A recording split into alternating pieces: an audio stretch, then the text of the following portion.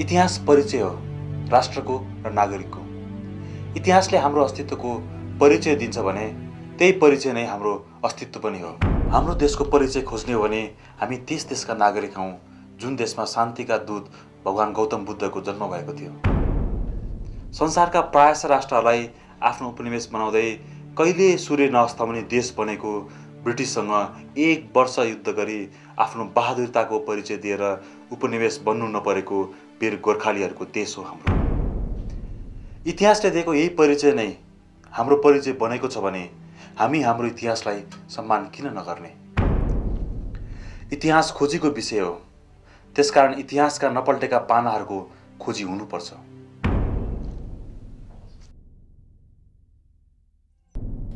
प्राचीन खसकाल र किराँतकालमा पनि यो विशाल थियो र यसको पूर्वी सिमाना कामरू कामक्ष्या, दक्षिण सिमाना कतुर र पश्चिम सिमाना काङ्गडा सतलज र यसका आधारहरू स्कन्द पुराणको 81औं अध्यायमा स्पष्ट व्याख्या छ र ईसा पूर्व 1000 वर्ष पहिलेको अथर्ववेदमा व्याख्या छ, कौटिल्यको अर्थशास्त्रमा व्याख्या छ र चाणक्यको नन्दवंशमाथि अलेक्जेन्डरको आक्रमणकाल 3rd सेन्चुरी नेपाल नरेशसँग सहयोग लिनको लागि 6 जना श्रेष्ठीलाई पत्र दिएर यहाँ पठाएका छन्। 2200 वर्ष पुरानो सम्राट अशोकको लुम्बिनीमा स्थापित अशोक स्तम्भ, जहाँ हिद बुद्ध जाते नेपाल अथवा बुद्ध यस ठाउँमा जन्मेका थिए र यो नेपाल हो भनेर प्रश्न गरेको छ। यो 2200 वर्ष पुरानो सम्राट समुद्रगुप्तको इलाहाबाद स्थित शिलालेखमा नेपालको पूर्वी सिमाना कामरू कामक्ष्या, दक्षिणी सिमाना पाटलिपुत्र कतुर र पश्चिममा उदमपुर भनेर जुन व्याख्या गरिएको छ। कामक्ष्या भनेको आसाममा पर्छ, आसामको राजधानी, र पाटलिपुत्र भनेको पटना, कतुर भनेको इलाहाबाद नजदिक र उदमपुर भनेको उत्तर पश्चिम पन्जाब। र यो ईसाको 350 वर्ष पहिलेको शिलालेख हो। त्यस अवस्थामा नेपाल विशाल थियो र लिच्छवीहरू किराँतहरूको अन्त, लिच्छवीहरूको शासनको प्रारम्भकाल थियो। त्यो अवस्थामा लिच्छवीहरू कमजोर हुँदै गइसकेपछि यो देश 53 टुक्रामा विभाजित भयो। टुक्रामा चाहिँ विभाजित भएको टुक्रे राजालाई पृथ्वीनारायण शाहले त्यो आफ्नो एउटा चाहिँ अदम्य उत्साह र आफ्नो अतीतको चाहिँ एउटा इतिहासको एउटा ज्ञान, त्यसले उनलाई एउटा चाहिँ र पौराणिक कथाको आधारले पनि उनलाई अत्यन्त प्रेरणा दियो र प्रेरणा दिएर यसलाई चाहिँ जस्ताको तस्तै पुनर्एकीकरणको अभियानलाई चाहिँ यसले कायम गरेका हुन्। त्यसमा चाहिँ जनताको, सारा भारतको, सारा वीर पुरुषहरूको ठुलो सहयोग थियो। त्यो सहयोग नपाएको नभए उनी एक्लैले त केही गर्न सक्दैनथे। सबैको भावनालाई मिश्रित एउटा प्रतिनिधित्व पृथ्वीनारायण शाहबाट भएको यो पुनर्एकीकरण भन्ने चाहिँ यो वास्तविक हो। विक्रम सम्वत 1799 मा पृथ्वीनारायण शाह गोर्खाका राजा बनेको 1 वर्षपछि नै छिमेकी राज्य नुवाकोटमाथि हमला गरी विजय प्राप्त गरेर नेपाल एकीकरण अभियानको सुरुवात गरे। त्यसपछि उनले विक्रम सम्वत 1819 मा सेन राज्य मकवानपुरलाई एकीकरण गर्न सफल भए र झनै उत्साहित पृथ्वीनारायण शाहले विक्रम सम्वत 1823 मा कीर्तिपुरमाथि पनि विजय पाए। लगत्तै विक्रम सम्वत 1825 मा कान्तिपुर, ललितपुर तथा 1826 मा भक्तपुरलाई आफ्नो अधिकारमा लिई काठमाडौँ उपत्यकालाई एकीकरण गरी, काठमाडौँलाई नेपालको राजधानी बनाए। त्यसपछि श्री 5 पृथ्वीनारायण शाह पूर्वतर्फ एकीकरण गर्न तम्सिए र विक्रम सम्वत 1830 मा चौदण्डीमाथि विजय पाए। अर्को वर्ष विजयपुर राज्यलाई एकीकरण गरी पूर्वतर्फको सिमाना मेचीको आसपास पुर्याए।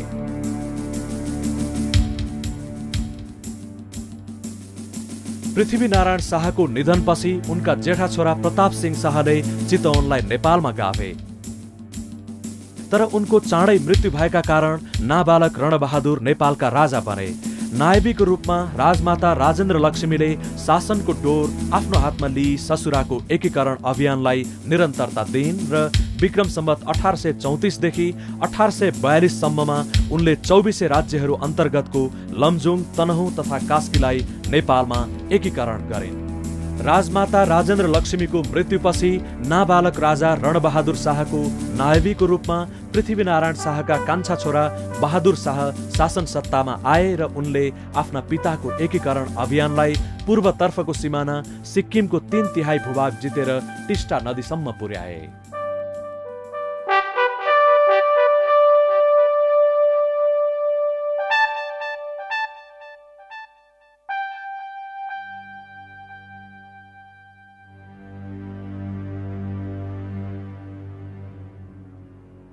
यही हो टिस्टा खोला। हाम्रा पुर्खाहरू भूभाग जित्दै जित्दै यहाँ आएर यहाँ चाहिँ आफ्नो खुकुरी पखालेको भन्ने ठान्छ। खुकुरीमा लागेको रगत गोबर यहाँ पखालित गरे। यहाँसम्मको भूभाग चाहिँ हाम्रा पुर्खाले जितेका हुन्।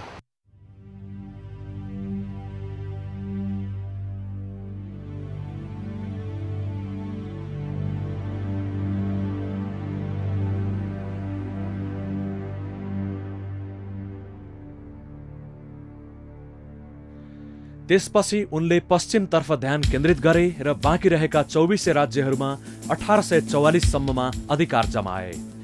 बहादुर शाहले 22 राज्यहरूमाथि पनि आक्रमण गरे र कर्णाली प्रदेशका राज्यहरूलाई जित्दै जुम्लालाई आफ्नो अधीनमा पारिसकेपछि 1847 मा डोटी राज्य विजय गरेर नेपाल राज्यको पश्चिमी सिमाना महाकाली नदीसम्म पुर्याए। त्यसै वर्ष उनले कुमाऊको राजधानी अल्मोडामा आक्रमण गरी कुमाऊमा पनि विजय प्राप्त गरे। अर्को वर्ष उनले गढवालको राजधानी श्रीनगरमाथि आक्रमण गरी यसलाई आश्रित राज्य बनाए, तर तिब्बतसँगको युद्धले गर्दा यो एकीकरण अभियान रोकियो। बहादुर शाहको मृत्युपछि रोकिएको एकीकरण अभियान प्रधानमन्त्री भीमसेन थापा र सेनापति अमरसिंह थापाको नेतृत्वमा अगाडि बढ्यो। विक्रम सम्वत 1861 मा श्रीनगरमाथि फेरि आक्रमण गरियो र गढवाललाई पूर्ण रूपले नेपालमा गाभियो। यसरी नेपालको पश्चिमी सिमाना जमुना नदीसम्म पुग्यो। त्यसपछि तुरुन्तै नेपाली सेनाले जमुना नदी तरी जमुना र सतलज नदीका बीच 12 र 18 ठकुराईका नाममा रहेका थुप्रै ससाना राज्यहरूलाई एकीकरण गरे। विक्रम सम्वत 1863 मा अमरसिंह थापाले सतलज पार गरी विभिन्न ठाउँहरू जित्दै काँगडा शहरमा आक्रमण गरे, तर रावी नदीसम्म पुगिसकेको नेपाली सेनाले काँगडा किल्लालाई जित्न भने सकेन।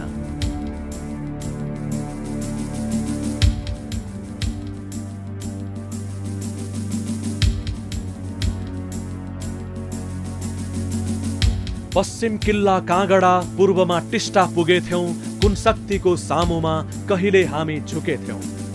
कविवर माधव प्रसाद घिमिरेको कविताका यी पंक्तिहरू पढेर हुर्किएको हामीलाई आज यो ठाउँमा आएपछि ऊ बेलाको विशाल नेपाल कत्रो रहेछ त भन्ने आभास भयो। अर्कोतर्फ इतिहासमा पराजित यो ठाउँले हामीलाई गिज्जाइरहे झैं लाग्यो। एकीकरणको क्रममा काँगडाका राजा संसार चन्दलाई यही किल्लाभित्र 4 वर्षसम्म घेराबन्दी गर्दा पनि नेपाली सेनाको केही लागेन। पछि संसार चन्दको सहायताका लागि आएका पन्जाबका राजा रणजित सिंहसँग नेपाली सेनाको युद्ध भयो। फलस्वरूप ज्वालामुखी सन्धि गरियो र नेपाली सेना सतलज वारी आएर बस्न बाध्य भयो। यो किल्ला नेपाली सेनाले जितेको भए नेपालको पश्चिमी सिमाना काश्मीरसम्म पुग्न सक्दथ्यो, तर यहाँको पराजयले हामीलाई खुम्चन बाध्य गरायो। नेपालकै अमरसिंह थापा ने हाम्रो इतिहास केवल बहादुरीको मात्र होइन, थुप्रै पराजय, अपमान र असफलताहरूको पनि हो। यसरी विक्रम सम्वत 1799 मा पृथ्वीनारायण शाहबाट सुरु भएको नेपाल एकीकरणको अभियानले विक्रम सम्वत 1863 मा काजी अमरसिंह थापासम्म आइपुग्दा पूर्वमा टिस्टादेखि पश्चिममा सतलजसम्म एकीकृत भएर विशाल नेपालको रचना भयो।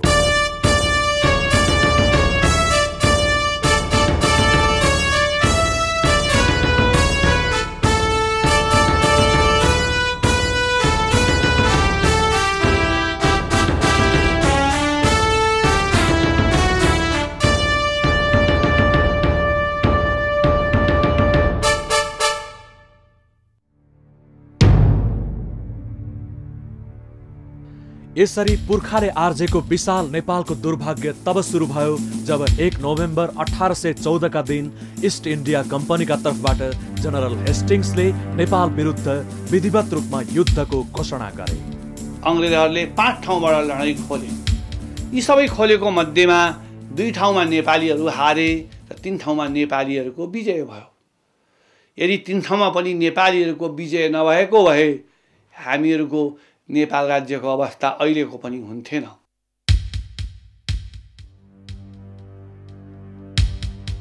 नेपाल अंग्रेज बीचको युद्धको मोर्चामध्ये सुदूरपश्चिमतर्फको रक्षाको भार अमरसिंह थापामाथि थियो र उनी यही ठाउँबाट युद्धको मोर्चा सम्हाल्थे। सतलज भेगबाट नेपालमा आक्रमण गर्न खटिएका अंग्रेज जनरल अक्टर लोनीले अमरसिंह थापालाई हामीसँग मिल्न आऊ, पश्चिमी भेगको शासन सत्ता दिन्छौं भन्ने प्रलोभन देखाएका थिए। तर अमरसिंह थापा अंग्रेज सेनाको लोभमा फसेनन् र वीरतापूर्वक लडेर किल्ला जोगाइरहे। यसरी सतलज हत्याउन नसक्ने भएपछि अंग्रेजहरू अर्को युद्ध मार्गबाट नेपाली भूमिमा छिरे।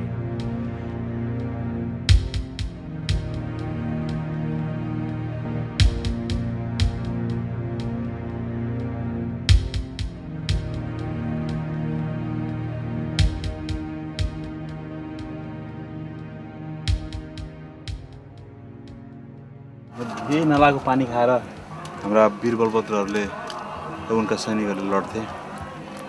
यो त्यो नाला पानी हो र यहाँ माथि चाहिँ उनीहरूको किल्ला थियो, पछि अङ्ग्रेजहरूले ध्वस्त पारे। यहाँ बलभद्र कुँवर, बुढाबुढी, आइमाई, बच्चा बच्ची सहितको जम्मा 600 सेनाली आधुनिक हात हतियारबाट सुसज्जित भई 4000 सेना सहित आएका जनरल जिलेस्पीसँग बहादुरीका साथ लडेका थिए।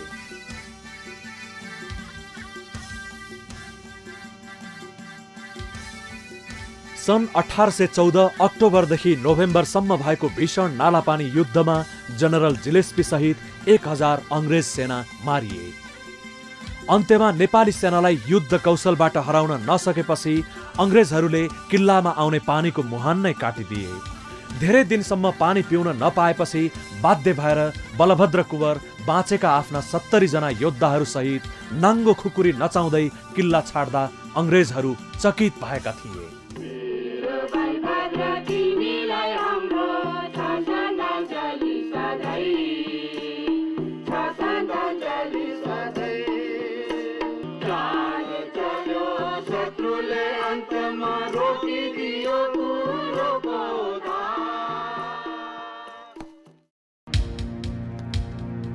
यी तिनै स्मारकहरू हुन् जुन अंग्रेजहरूले आफ्ना बहादुर शत्रुहरूको सम्मानमा निर्माण गरेका थिए। यसलाई आत्मसात गर्न पाउँदा गर्वले मुटु ढक्क फुलेर आउँछ, पाखुरामा रक्त सञ्चार बढ्छ अनि भन्न मन लाग्छ, जय वीर पुर्खाहरू।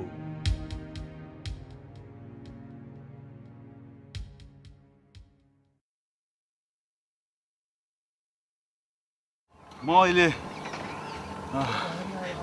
हाम्रो भक्ति थापा, अमरसिंह थापाले लडेको ठाउँ मलाउन किल्लातिर जानेछु।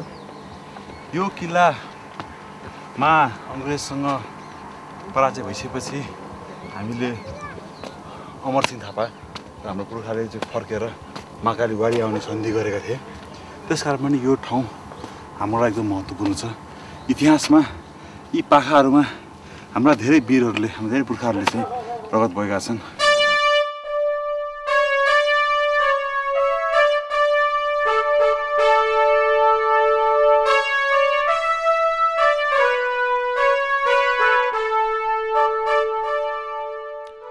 यो हो मलोनको देउथल किल्ला। नालापानीको युद्धपछि यही ठाउँमा नेपाल र अंग्रेज बीचको निर्णायक युद्ध भएको थियो। अंग्रेजहरूले आफ्नो सम्पूर्ण शक्ति लगाई यो किल्ला हत्याउन सफल भएपछि 70 वर्ष नागेका वीर योद्धा भक्ति थापा पुनः यो किल्ला फर्काउन अंग्रेज फौजमाथि जाइ लागे। तर अंग्रेजहरूको तोपबाट छुटेको आगोको गोला उनको छातीमा लाग्यो र उनी त्यही ढले।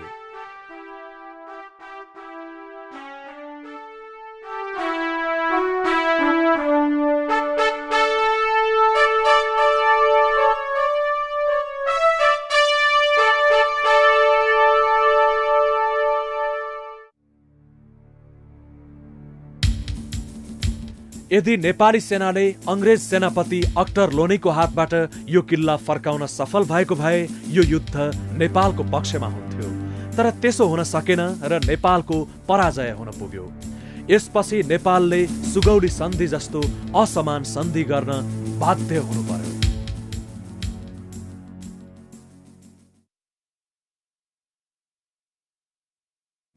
सन् 1815 2 डिसेम्बरका दिन नेपालका तर्फबाट चन्द्रशेखर उपाध्याय र गजराज मिश्र तथा इस्ट इन्डिया कम्पनीका तर्फबाट लेफ्टिनेन्ट कर्णेल ब्राड शाहका बीच सुगौली सन्धि भयो।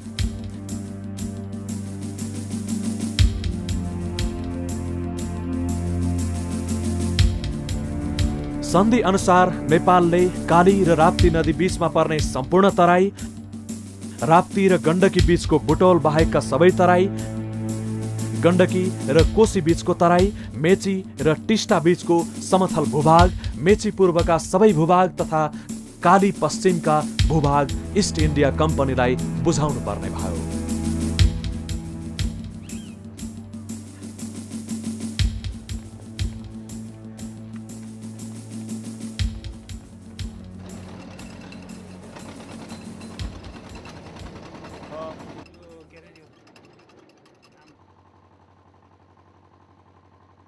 किनभने सुगौली सन्धिमा सतलज नदीसम्मको हाम्रो सिमानाबारे केही उल्लेख छैन। त्यहाँ त खालि महाकाली नदीदेखि पारी त्यहाँको जनता, त्यहाँको भूभागसँग नेपालको राजाले कुनै पनि किसिमको सम्पर्क राख्न पाउने छैनन् भनेर भनिहाल्छ।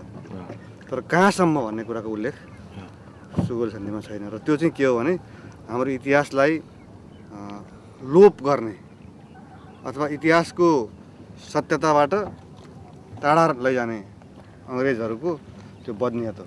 सन् 1815 मे 15 का दिन नेपालको तत्कालीन सेनानायक अमरसिंह थापा र ब्रिटिस पक्षको तत्कालीन सेनानायक अक्टर लोनीका बिचमा भएको एउटा समझदारी अथवा सन्धि नै भने पनि हुन्छ त्यसलाई। त्यसमा चाहिँ महाकाली नदीदेखि सतलज नदीसम्मको क्षेत्र नेपालको हो भन्ने कुरा स्पष्ट रूपमा उल्लेख गरिएको छ। र लडाइँमा नेपाली पक्षको पराजयको कारण अझै पनि उसको अधीनमा रहेका जस्तो मलाउ, सबाथु, भिली, अर्की, यमुना र सतलजको बिचको क्षेत्र, यी विभिन्न क्षेत्रको उल्लेख गरिएको छ त्यसमा, त्यो सन्धिमा। र त्यसले के देखाउँछ भने त्यसबेला नेपाल कहाँसम्म पुगेको थियो र वास्तविक रूपमा नेपालको सिमाना के हो भन्ने कुरालाई देखाउँछ। यो सन्धिलाई नेपालका राजाले 15 दिनभित्रमा हस्ताक्षर गरी ब्राड शाहलाई बुझाउनु पर्ने भन्ने थियो। तर तराईका थुप्रै भूभाग गुमाउनु परेकोमा राजाको चित्त नबुझेपछि अंग्रेजहरूले केही तराई फिर्ता गर्ने गरी 8 डिसेम्बर 1816 मा मकवानपुरमा सन्धि भयो, जस अनुसार कोशीदेखि गण्डकी तथा गण्डकीदेखि राप्तीसम्मका केही तराईका भूभागहरू नेपालले फिर्ता पायो।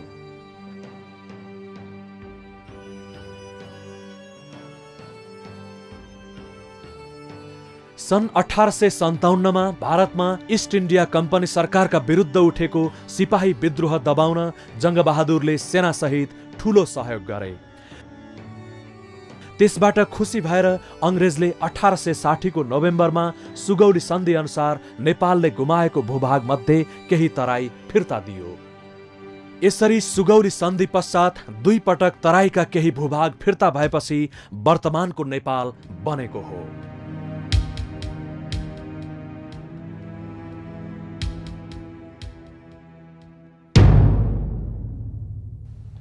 विश्वको इतिहासलाई हेर्दा इतिहास ठुला साना युद्धहरूको गाथा भन्न सकिन्छ।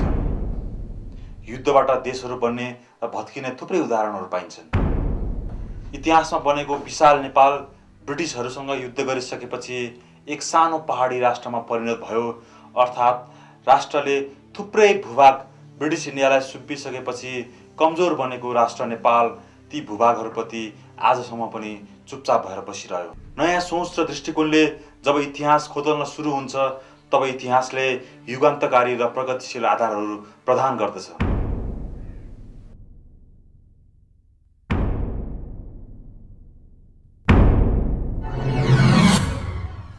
सुगौली सन्धिमा गुमेका भूभागको जिम्मेवारी बेलायतले लिनुपर्दछ। इस्ट इन्डिया कम्पनी भनेको बेलायतको उत्तराधिकार प्राप्त एउटा संस्था हो। त्यसकारण सुगौली सन्धि हामीले इस्ट इन्डिया कम्पनीसँग गऱ्यौँ भने पनि त्यो बेलायतसँग भएको हो। र जब बेलायतबाट भारत स्वतन्त्र भयो त्यो पनि इन्डिया इन्डिपेन्डेन्ट एक्ट भन्ने चाहिँ ब्रिटिस पार्लियामेन्टबाट एक्ट पास गरेर भएको चाहिँ स्वतन्त्रता हो। यसले के बुझाउँछ भने बेलायत सरकार सुगौली सन्धिप्रति सिधा उत्तरदायी छ। किनभने नेपाल भन्ने मुलुक स्वतन्त्र मुलुक हुँदाहुँदै नेपालको भूभाग अनिर्णित अवस्थामा उसले जसरी छाडेर गएको छ त्यसको जिम्मेवारी ती भूभाग नेपालमा एकीकृत नहुन्जेलसम्म उसले लिनैपर्छ र यो प्रयासमा बेलायतको भूमिका महत्त्वपूर्ण हुनुपर्छ। जब अङ्ग्रेजले भारत छोडेर जान लागेको थियो कि थिएन, त्यो बेलामा अङ्ग्रेजले राणा सरकारलाई के भन्यो भने तिमीसित जो हामीले जितेर लिएको जो भूभाग थियो त्यो भूभाग हामी तिमीहरूलाई छोडेर जान्छौँ, तिमीहरूले त्यसको माग गर भनेर अङ्ग्रेजले राणा सरकारलाई भनेको थियो। त्यो मैले नि सुनेको कुरा हो यो, र धेरै अङ्ग्रेजहरूले मलाई पनि भन्थे किन त भन्नु होला अनि हामीले पत्याएनौँ त्यो कुरा। अनि राणा सरकारले चाहिँ के भन्यो त भने त्यो बेलाको प्राइम मिनिस्टरले अर्को सेकेन्ड म्यानले हामीसित कुरा गर्दा के भन्यो भने यति सानो नेपाललाई त अठ्याएर राख्न हामीलाई मुस्किल परिरहेछ, आज छोडौँ कि भोलि छोडौँ जस्तो भइरहेछ। अब त्यत्रो ठुलो भूभाग जुनमा कि प्रजातन्त्रको टेस्ट पाइसकेका छन्, स्वतन्त्रताको टेस्ट पाइसकेका छन्, स्वाद चाखिसकेका छन्, अधिकार पाइसकेका छन्, त्यो पनि हामीले ल्यायो भने त झन् यो शुद्ध पनि गुम्छ। त्यसै कारणले त्यो नलिने भनेर राणाले त्यो माग गरेन। गोर्खा सेनाबारे त्रिपक्षीय सन्धि गरियो तर नेपाली भूभागबारे सबै मौन रहे। सन् 1815 मा अंग्रेजहरूले नेपालसँग केवल भूमि मात्र लिएका थिएनन्, गोर्खालीहरू पनि लिएका थिए, जुन पल्टनले पछि बेलायतलाई प्रथम र दोस्रो विश्वयुद्धमा ठूलो मद्दत पुगेको थियो। जब भारत स्वतन्त्र हुने सन्दर्भ आयो, गोर्खा सैनिक बेलायत र भारत बीच बाँडफाँड गर्ने निर्णय भयो र नेपाललाई समेत राखेर त्रिपक्षीय सन्धि भयो। तर नेपालको भूमिको बारेमा कुनै किसिमको सोच न त बेलायतले राख्यो न नेपालले, न त भारतले नै त्यस्तो उदारता देखायो। 1947 मा बेलायत भारत र नेपालका बीचमा जुन त्रिपक्षीय सन्धि भयो त्यो चाहिँ बेलायतलाई पनि भारतलाई पनि गोर्खाली सेना चाहिएको हुँदा नेपाललाई पनि समाविष्ट गरेर सन्धि गरियो। तर नेपालको भूभाग सुगौली सन्धिमा जति गुमेको थियो त्यो भूभाग चाहिँ अब बेलायतलाई चाहिएन र भारत चाहिँ त्यो भूभाग दिन चाहँदैन थियो र नेपाल सरकार, तत्कालीन नेपाल सरकार पनि स्वार्थको कारणले ती भूभागको बारेमा कुरा उठाउन तयार थिएन।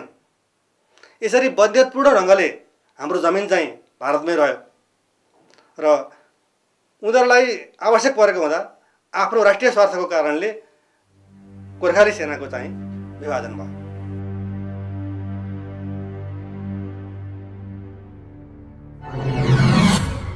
उन्नाइससय 50 को नेपाल भारत सन्धिको धारा 8 ले सुगौली सन्धिलाई रद्द गरेको छ। 1950 को नेपाल भारत सन्धि सन् 1947 अगस्त 15 मा नयाँ राष्ट्रको रूपमा जन्मेको इन्डिया र 100औं वर्ष अगाडिदेखि स्वतन्त्र रूपमा रहिरहेको नेपाल सरकारका बीचमा भएको सन्धि हो। सुगौली सन्धि हामीले ब्रिटिस गभर्नमेन्टसँग गरेका थियौँ। त्यसको आधारमा नेपालको सिमाना टिस्टा र सतलजबाट मेची र महाकालीमा सीमित भएको थियो र त्यो जुन जमिन हामीले गुमाएका थियौँ त्यो चाहिँ ब्रिटिस इम्पायरमा गाभिएको थियो। त्यति बेला ब्रिटिस इम्पायरको एउटा भाग चाहिँ इन्डिया भन्ने मुलुक थियो। जब 1947 मा अगस्त 15 मा इन्डिया भन्ने नयाँ मुलुक बन्यो, त्यो मुलुकसँग 1950 मा नेपालले सन्धि गर्यो। यदि त्योभन्दा अगाडि नेपाल र भारतको बीचमा अर्थात् 1950 को सन्धि हुनुभन्दा अगाडि पनि नेपाल र भारतकै बीचमा चाहिँ सुगौली सन्धिलाई यी दुवै मुलुकले अनुमोदन गर्छन् भनेको भएदेखि नेपालको सिमाना आज पनि मेची र महाकालीमा छ भन्न सकिन्थ्यो। तर त्यो किसिमको अनुमोदन त भएको छैन। सुगौली सन्धिलाई अनुमोदन गर्ने गरी नेपाल र भारतले सन्धि कहिले पनि गरेका छैनन्। तर 1950 को सन्धिको धारा 8 ले चाहिँ भारतको तर्फबाट ब्रिटिस सरकारले नेपालसँग गरेका सबै सन्धि रद्द हुन्छन् भनेपछि सुगौल सन्धि हामीले ब्रिटिस सरकारसँग गरेको हो। त्यो त 1950 मा भारत सरकार स्वयंले